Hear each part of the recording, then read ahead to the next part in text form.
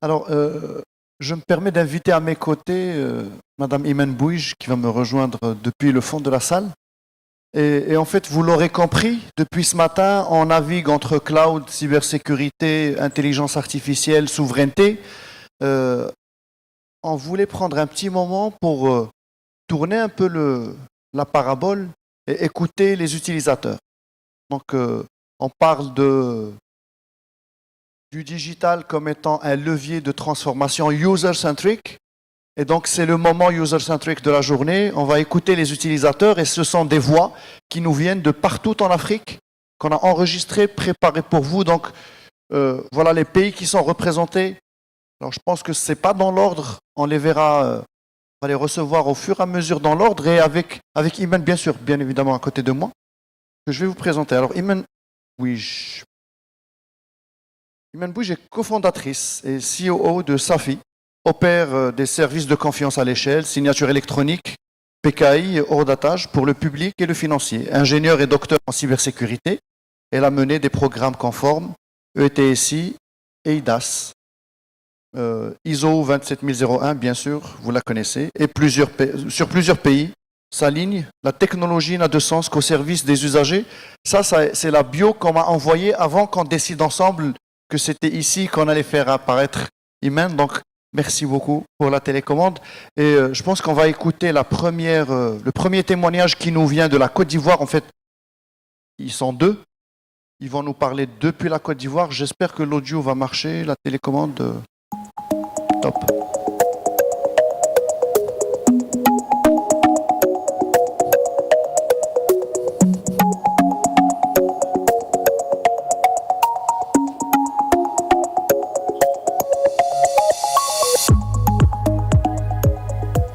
L'un des chantiers phares de la politique de transformation numérique du ministère de la Justice en Côte d'Ivoire, ça a été pour cette année le lancement de la plateforme appelée plateforme de sécurisation et digitalisation des actes de justice. C'est un portail web qui est accessible en ligne via le lien e-justice.ci qui donne la possibilité aux Ivoiriens de partout dans le monde de pouvoir faire leur demande d'actes administratifs de la justice en 100% digital. Le service a été très bien accueilli. En Côte d'Ivoire, il n'y avait jamais eu d'administration qui avait lancé une plateforme end-to-end où il fallait commencer le processus en ligne, ne pas sortir. On a mis en place un call center pour assister en ligne les utilisateurs qui auraient quelques difficultés à faire la demande en ligne. La différence entre ceux qui réussissent leur transformation digitale et ceux qui réussissent moins leur transformation digitale, c'est d'essayer. Avec le numérique, il ne faut pas avoir peur de se casser la figure, de tenter des projets qui ne fonctionnent pas, de se réajuster, de se remettre à niveau et de réessayer. Il faut toujours essayer. Il ne faut pas attendre que le projet soit fini, soit propre, soit 100% clean avant de le lancer. Nous, on a fait un projet en mode agile. On a lancé la première brique de la solution lancée en janvier et celle qui est opérationnelle aujourd'hui en ce moment. Il y a eu peut-être 75% du code qui a été modifié parce qu'on a fait évoluer la solution en fonction des retours utilisateurs des populations, mais également des professionnels qui sont connectés sur le back-end de la solution pour pouvoir délivrer les actes. Et donc, c'est vraiment un dialogue constant entre les utilisateurs, les professionnels et même le service public qui est de la justice pour pouvoir donner une plateforme qui est 100% conforme aux attentes des populations. Tout est devenu un peu plus simple et plus rapide. Avant, la facturation, elle nécessitait beaucoup de papier, de déplacement et de traitement manuel. Aujourd'hui, tout se fait en ligne et de façon automatisée. Les factures sont générées, validées et transmises directement à la DGI, donc qui est la Direction générale des impôts, depuis leur portail. Cela m'a permis de gagner du temps, de réduire les erreurs et d'avoir une meilleure traçabilité au niveau de mon entreprise. Le système, il est clair, les données sont conservées et on peut suivre chaque transaction en toute transparence. Il fallait changer, il fallait comprendre comment s'inscrire, comment générer les factures, intégrer le système à nos outils. Mais bon, après quelques jours d'utilisation, j'ai trouvé le portable fiable et bien structuré. Par contre, il faut savoir qu'en Côte d'Ivoire, on a quand même une fracture numérique. Tout le monde n'est pas très numérique. Donc, je pense qu'il faudrait plutôt des vidéos explicatives un service d'assistance en ligne ou même peut-être des petites formations courtes pour pouvoir aider beaucoup plus de contribuables à s'adapter plus facilement à la digitalisation. La plateforme, c'est un bon exemple de proximité numérique entre l'administration et les entreprises. On sent que la DGI cherche à simplifier la vie des contribuables, à rendre les démarches plus transparentes et plus rapides. C'est une vraie avancée vers une administration moderne et connectée qui met la technologie au service de la confiance et de la transparence.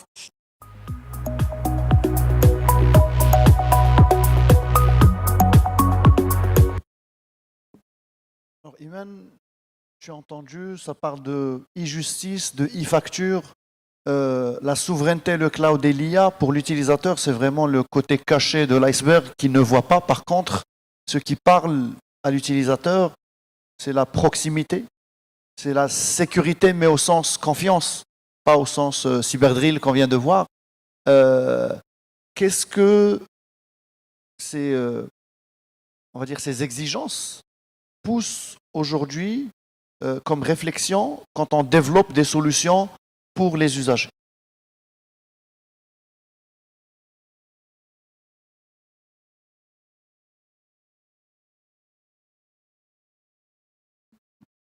Donc, déjà, ce que démontrent vraiment les deux témoignages, c'est un fait qui est vraiment très clair et net, qu'on voit ressurgir, c'est vraiment l'usage qui prime. On a entendu vraiment beaucoup de phrases comme proximité, facilité, fluidité, processus simple. Ça ne pouvait pas être plus clair. C'est vraiment, le progrès viendra du fait de se concentrer vraiment sur les usages et que la technologie soit au service de cet usage-là. Moi, je travaille dans le domaine de la confiance numérique et mon rôle est souvent de voir comment, à partir de la réflexion sur ces usages, on va quand même pouvoir les simplifier, les fluidifier, mais sans oublier justement cette partie-là de confiance et construire un socle vraiment solide, un socle qui va permettre en fait d'avoir une expérience derrière sans friction, ils en ont bien parlé, sans coupure, on n'a plus à se déplacer. Ils ont aussi également parlé un moment sur le fait qu'ils puissent l'utiliser sur le multicanal. Ça, c'est un aspect très très important. Et puis moi, ce qui m'a touchée, c'est le premier témoignage. Il a dit une phrase. Alors, je l'ai noté. C'est quelque chose comme il ne faut pas faire des solutions qui ne fonctionnent pas. Et ça, c'est vrai. Ça, malheureusement, ça paraît évident à le dire comme ça. Mais des fois, on se concentre sur la problématique technologique et on ne se concentre plus sur l'usage. Et on finit par, technologiquement, elle est super la solution. Il y a toutes les briques technologiques qu'il faut. Mais derrière l'usage, on a créé une friction, on a créé en fait un manque de fluidité, et donc forcément l'adoption ne suit pas. Ce qu'il faut savoir, je pense, dans les chiffres de 2024, il y avait quelque chose comme 58% des citoyens africains ne font pas confiance aux services publics en ligne. 68% par exemple des Marocains n'ont jamais utilisé de services publics en ligne. Donc on voit qu'au niveau de la technologie on avance, mais on voit quand même qu'au niveau en fait de l'adoption, et c'est ce qui est le plus important, plafonne. Et là, ce que ça montre, c'est que l'adoption, elle est là quand il y a vraiment en fait un usage qui est bien réfléchi et quand on va par cascade. C'est-à-dire qu'on n'essaie pas de tout traiter. Moi, des fois, sur des projets, je le vois, on nous demande moi, je veux faire de la sécurité IoT, puis je veux le faire avec l'IA, puis je veux... Doucement. On va vraiment réfléchir à l'usage. On va tout faire, c'est sûr, mais on va le faire étape par étape et on va accepter d'aller doucement. Et surtout, on va accepter d'aller en se formant. Je pense que dans le deuxième témoignage aussi, il y avait une question de support et de formation. Elle l'avait dit vraiment comme ça. La formation est un aspect très important, autant pour les usagers que pour nos propres compétences. Tu me l'as piqué parce qu'en fait, Haïfa, quand elle a parlé, elle a dit qu'il faut que l'usager soit formé à utiliser les services. C'est notamment ça qui blesse quand on déploie des services et qu'on n'a pas l'adoption nécessaire. Probablement que l'utilisateur, d'une part, est-ce que le service est situé au niveau de compréhension de l'utilisateur? Ça, des fois, elle a parlé de la DGI ivoirienne, mais on peut dire la même chose de la DGI marocaine.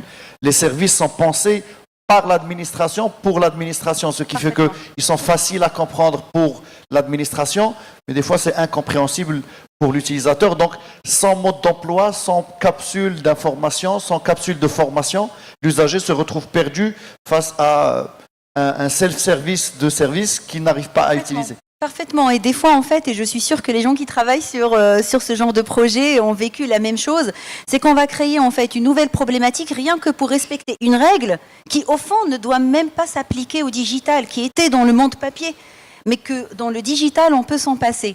Après, c'est vrai que l'adoption, vous avez dit la formation des usagers, des solutions ergonomiques, intuitives, UI/UX, tout ça, on en parle souvent, mais aussi, il y a vraiment la question d'adapter ces usages à nos spécificités locales, et je suis sûre qu'on aura l'occasion.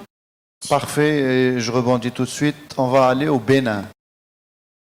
Deuxième témoignage de la journée. Enfin, troisième, parce qu'en Côte d'Ivoire, ils étaient deux.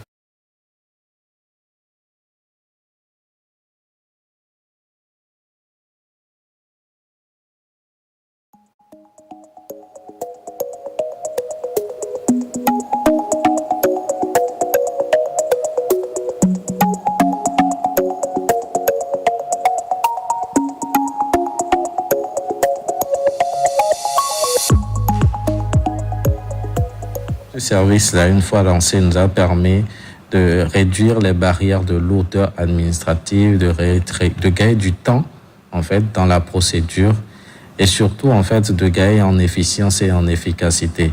Aujourd'hui, ce n'est plus compliqué pour nous de créer une entreprise parce qu'en quelques clics, on peut le faire en ligne et puis ça nous facilite réellement la vie, nous, en tant qu'entrepreneurs, en tant que chef d'entreprise.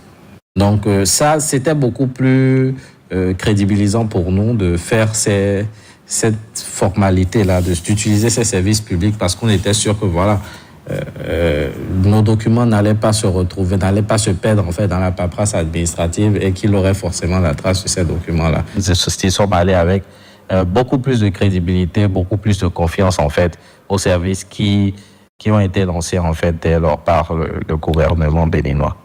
L'avènement de ces services digitalisés par le gouvernement a établi un certain climat de confiance avec la population, avec les citoyens. Climat de confiance dans le cadre du service lui-même, mais aussi en fait des réclamations qui découlent de l'utilisation du service. Aujourd'hui, c'est beaucoup plus facile pour nous de demander un service public ou un acte administratif et en cas de problème de contacter les lignes vertes en fait aménagées à cet effet pour pouvoir nous plaindre, pour pouvoir apporter des clarifications ou encore pour pouvoir faire des recommandations par rapport à ces services publics-là. Alors oui, ces services publics ont réellement établi un certain climat de proximité entre les citoyens et puis les gouvernants.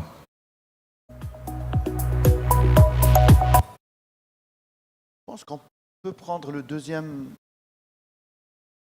On passe aussi à la Tunisie, comme ça on les fait 2 par 2. Ça nous fera gagner en efficacité de notre côté. Est-ce qu'on peut avoir la deuxième vidéo?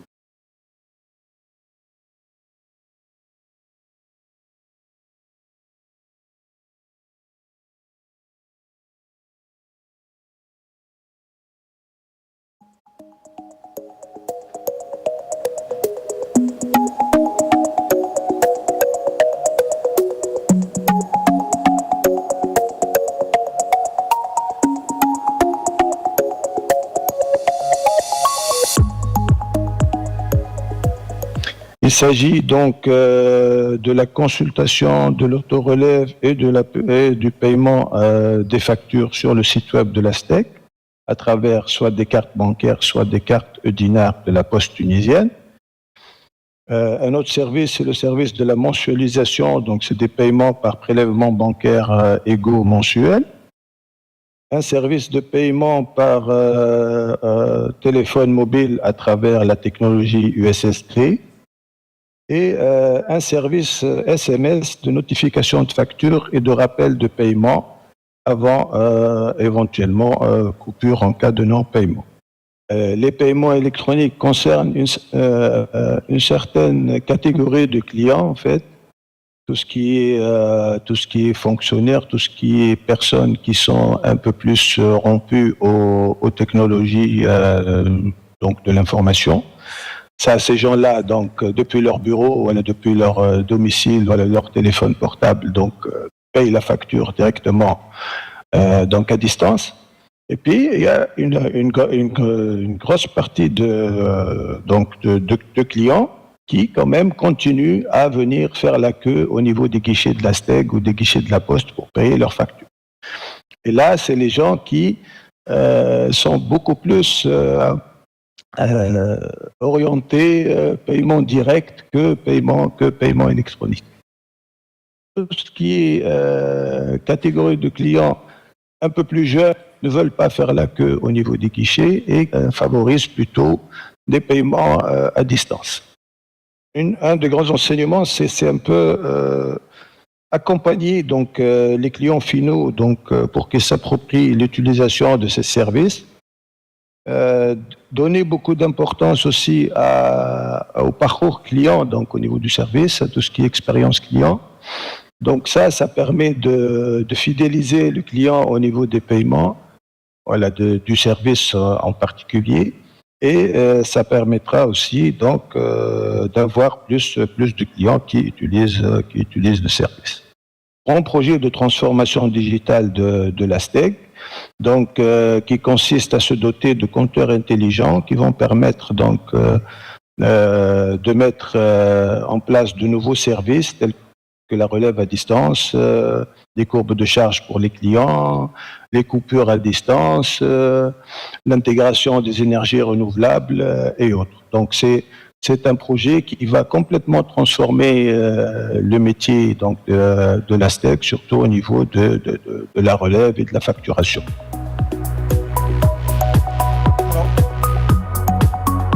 Les deux premiers témoignages qui nous venaient de Côte d'Ivoire se concentraient sur les usages gouvernement-citoyen. Ici, on parle beaucoup plus de services, de télépaiement et de relations entreprises-citoyens, entreprises-usagers, entreprises-clients, entreprises-consommateurs.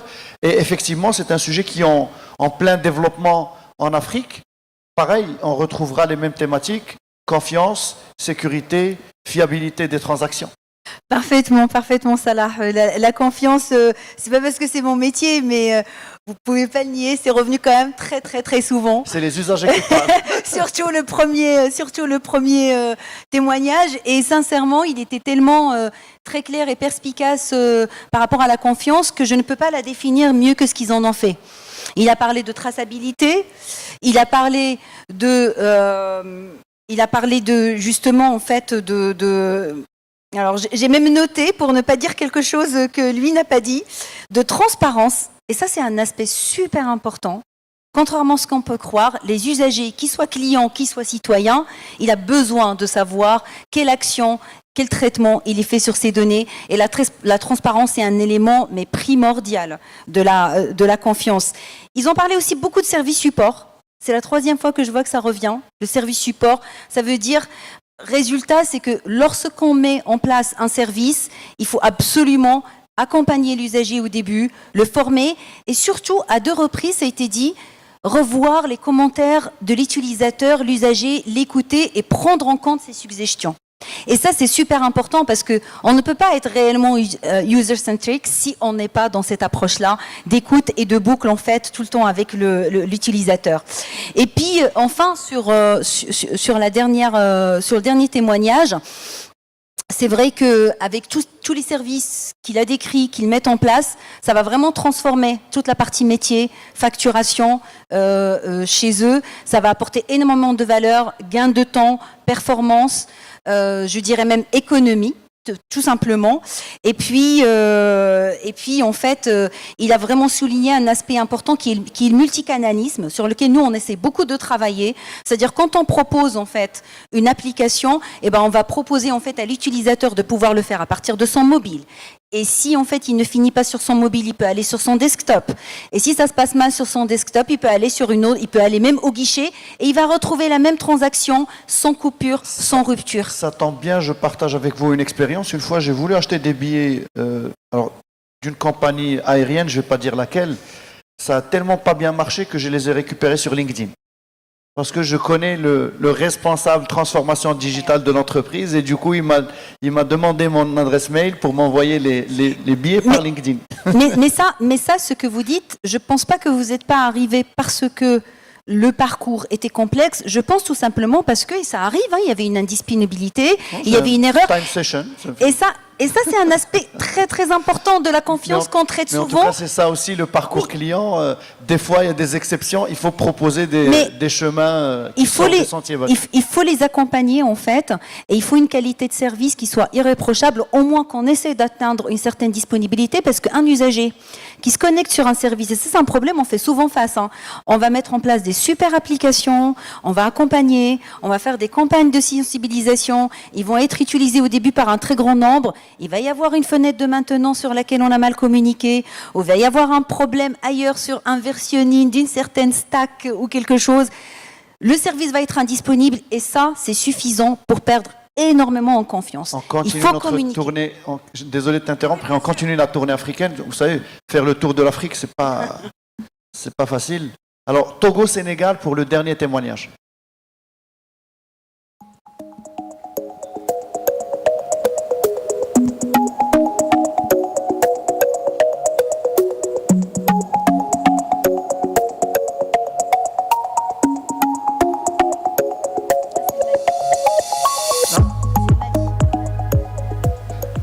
On est très content, en tout cas au Mali, d'avoir le e-impôt parce que ça change notre quotidien. Moi qui dirige plusieurs entreprises, c'était un casse-tête pour nous, Maliens et chefs d'entreprise, de pouvoir faire les démarches administratives au niveau des impôts.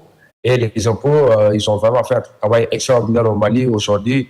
De partout où on est, même si on est en voyage, on peut faire ces déclarations et recevoir ces documents administratifs en instantané. Donc ça, on les salue. Ça a changé notre quotidien, évidemment. Et c'est une prouesse, en tout cas pour nous au Mali. Parce qu'on n'a pas les impôts sur les citoyens. Chez moi encore, les citoyens ne payent pas trop d'impôts, donc on va dire qu'il n'y a pas de souci.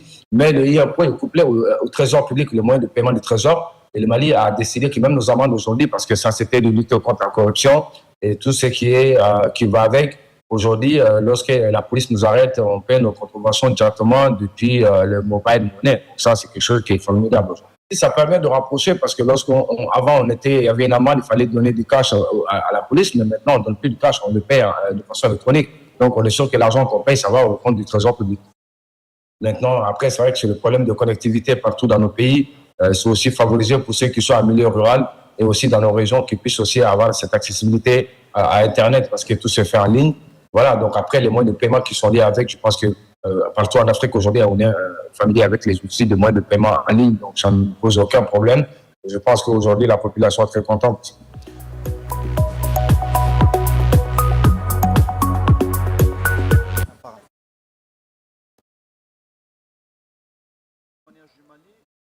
Normalement, c'est le Togo qui va suivre.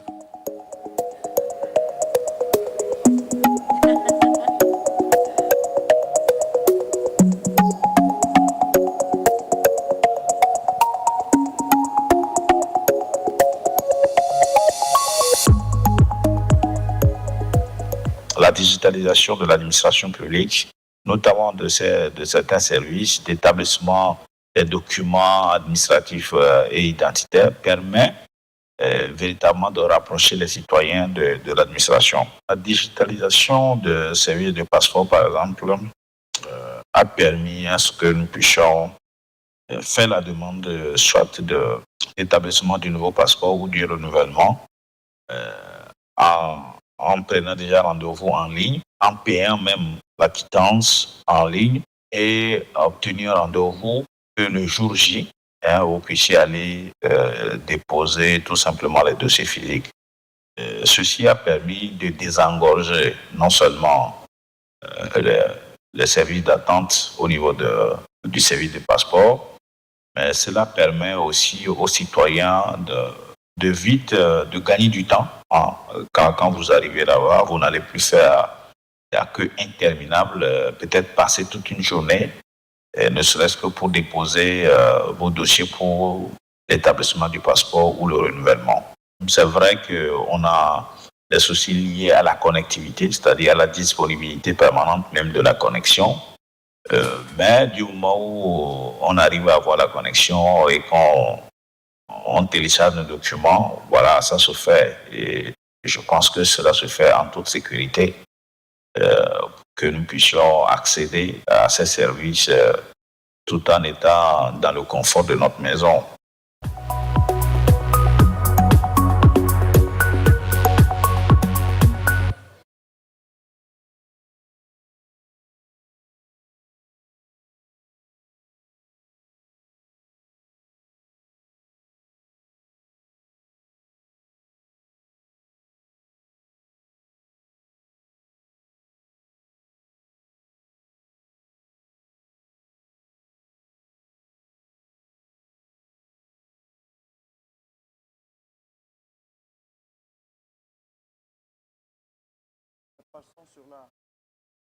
Sur la dernière, il n'y a pas.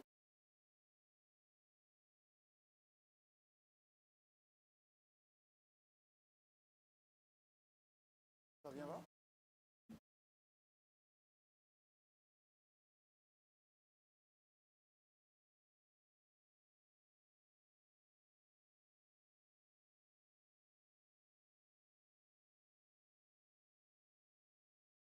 Le son, il est subliminal ici, il faut l'imaginer. On va faire sans le Sénégal alors, non? Je pense qu'on va faire sans le Sénégal. Je ne sais pas si vous avez retenu, digital ou pas, apparemment au Mali, ils ne payent pas beaucoup d'impôts, donc c'est une bonne destination. Je pense que justement, la boucle est bouclée parce que on a parlé de relations... Ah, pardon. Ben, finalement, on a le son du Sénégal.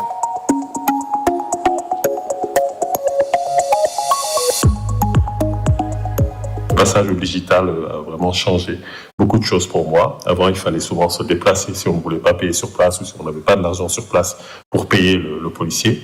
Aller faire la queue, perdre du temps, parfois revenir parce que peut-être que le policier en question qui a récupéré votre permis n'était pas encore revenu au commissariat pour le déposer.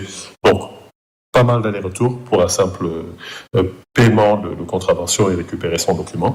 Aujourd'hui, je peux gérer cela directement en ligne et immédiatement. Et je trouve que cela est beaucoup moins stressant.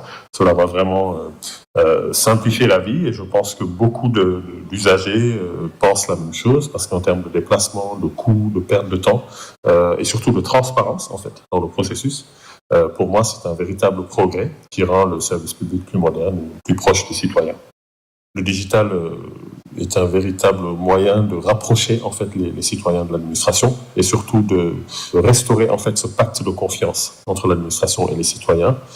Et ces nouveaux services contribuent vraiment à faciliter cela. D'abord parce que le digital réduit la distance. On peut être en contact directement avec l'administration, déposer des dossiers, poser des questions, obtenir une réponse plus rapide. Cela crée une relation plus fluide et plus transparente. Ensuite, on a le sentiment que l'État nous écoute davantage en tant que citoyens, car il devient plus accessible et plus réactif. Et cette notion de transparence, je pense, est extrêmement importante, parce que ça rassure de savoir que quand on donne de l'argent et qu'on paye en tous les cas pour une chose bien précise, que l'argent va vraiment là où elle doit aller dans les caisses de l'État. Bien sûr, il y a encore du chemin à faire, mais le digital a ouvert une nouvelle façon de dialoguer entre l'administration et les citoyens. Et c'est une relation donc plus simple, plus efficace et plus respectueuse en fait du temps de chacun. Et ça, c'est vraiment quelque chose de très très très important pour, je pense, tout le monde.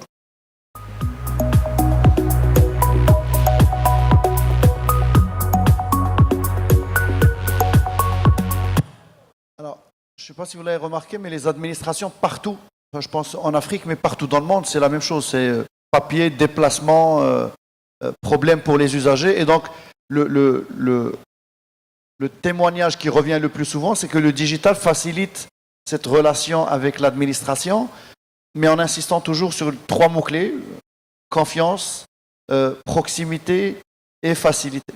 Facilité et transparence aussi également. Et ce qui est bien dans ces exemples-là, c'est que c'était aussi des entrepreneurs où ils ont souligné quand même un aspect qui est important, c'est l'innovation nationale. L'innovation au sein de pays, elle est très très importante parce qu'elle nous permet d'avoir des solutions conçus en Afrique pour des usages locaux avec des spécificités très locales.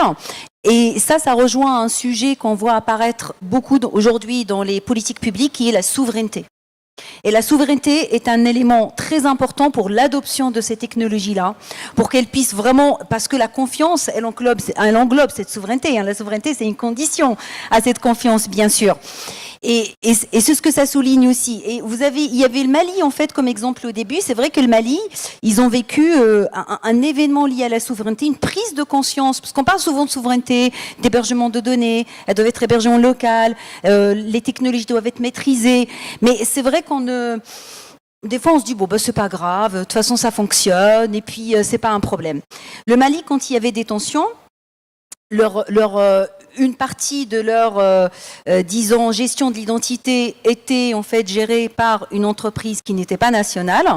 Et pendant les tensions, ils n'ont plus du tout accès à ces services-là, ce qui était très problématique. Et en fait, ils se sont organisés. Ils ont monté une équipe pour refaire en fait toute la stack d'identité. Et vous savez quoi ? Ça marche. Et ça marche très très bien. Donc c'est un très bel exemple basé sur l'open source, sur aller chercher la compétence, sur maîtriser, on ne va pas refaire la roue, on va remaîtriser en fait des stacks technologiques qui ont été éprouvés, qui ont été testés, mais on a la capacité de vraiment s'approprier nos propres stacks, nos propres technologies, nos propres solutions. Parfait. Je résumerai juste sur le fait que, je terminerai juste sur le fait que le digital, c'est pas uniquement pour le parcours citoyen ou faciliter la vie aux citoyens. Le digital, ça facilite la vie aux entrepreneurs, ça facilite l'innovation, ça encourage les investissements internationaux, ça encourage l'innovation nationale. Et donc, c'est un vrai levier de transformation au service de l'Afrique et des pays africains. Et un levier pour l'inclusion, un levier important pour l'inclusion sociale. Aussi. Je pense que la maîtresse de cérémonie vient chercher les micros. Je vous remercie de nous avoir suivis dans ce voyage digital. Merci beaucoup de nous et on avoir vous remercie. fait parcourir Merci à vous tous. Je rappelle que Merci, les ATDA, c'est aussi un événement qui fait parler les voix du continent, les diverses voix du continent. Et merci de nous avoir montré à quel point ces voix étaient diverses et variées. Alors, on va